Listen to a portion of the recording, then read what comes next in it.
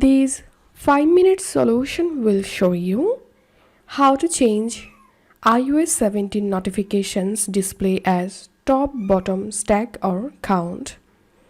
Follow these easy steps to change your iOS 17 notification display. Go to your iPhone settings, tap on notifications, and here you will get these three options. The default notification is stack. If you select stack, your notification will show up like this. You can also select list,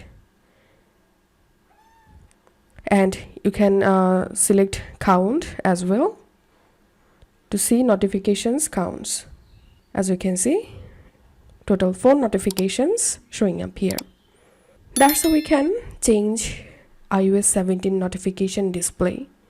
If you find this video helpful, don't forget to subscribe. 5-minute solution. See you in the next video.